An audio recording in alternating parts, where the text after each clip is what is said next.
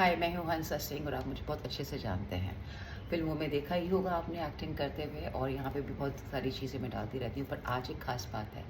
2025 का ये साल है, मैं पहले भी बोल चुकी हूँ, अगर आपने मेरे वीडियो देखे होंगे कि 9 नंबर है। 9 number is all about Mars माने मंगल, मंगल माने कि ये जो साल है ये रक्त माँगता है, खून माँगता है। आपने बहुत सारी चीज़ें होते हुए देखी हैं। फ़िलहाल अब मैं बात करना चाहती हूँ इस ये जो एयर इंडिया का जो एयरक्राफ्ट है वो जो सैडली क्रैश हो गया।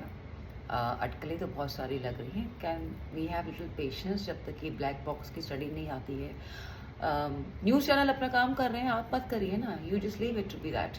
और अगर आपको समझ है तो समझ को सही तरीके से लोगों को बताइए, ये नहीं कि ये ताकि एक जो दहशत हो जाती है वो मत फैलाइए प्लीज़।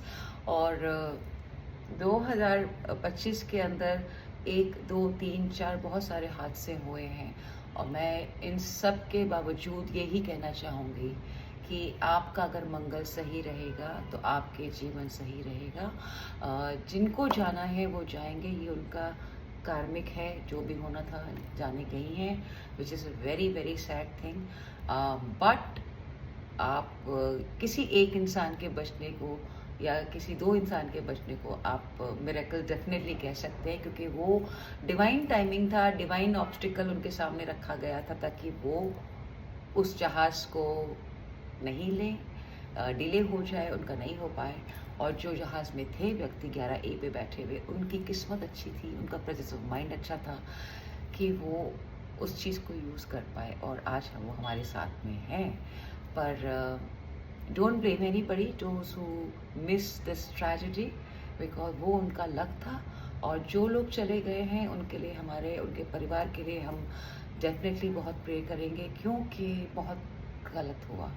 पर जो कर्म है, जो किस्मत में लिखा है वो होता ही है। ऐसे नहीं तो ऐसे मृत्यु सबको आनी है।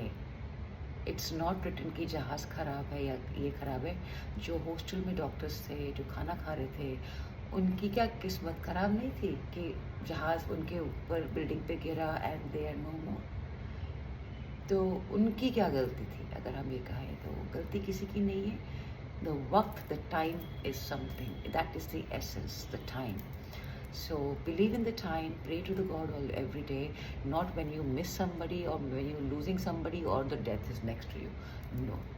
You pray every day and you will find the miracles happening to you. God bless you all. Namaste.